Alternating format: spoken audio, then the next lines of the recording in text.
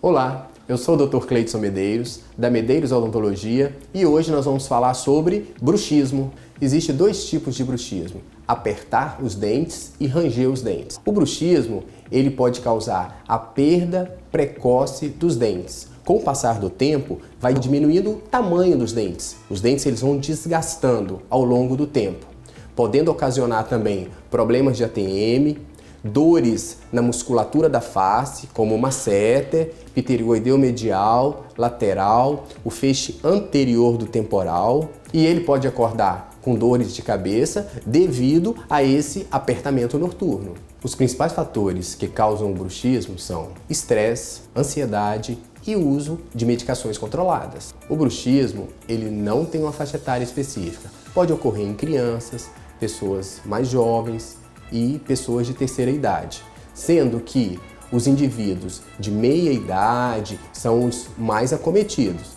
devido ao estresse e à correria cotidiana.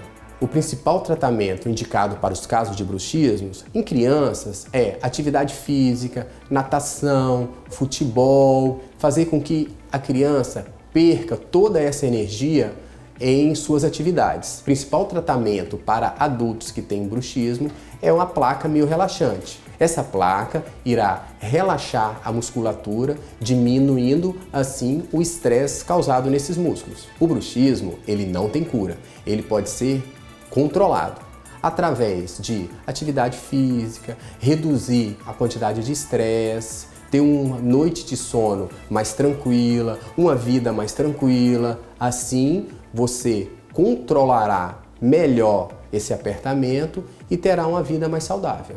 O bruxismo, ele pode ser identificado através do seu cirurgião dentista. Nas visitas de rotina, ele irá avaliar desgaste dos dentes, dores na musculatura da face, criptação de ATM. Então, alguns sinais e sintomas podem ser identificados precocemente. Nesse vídeo, nós falamos sobre bruxismo. Então, se você sente dores na face, está percebendo que os seus dentes estão desgastando um pouquinho mais, agende a sua consulta. Se você gostou desse vídeo, curta, compartilhe. Se você tem alguma dúvida, nos mande um recado em nosso WhatsApp, nós teremos o prazer em te ajudar. Até o próximo vídeo e tchau, tchau!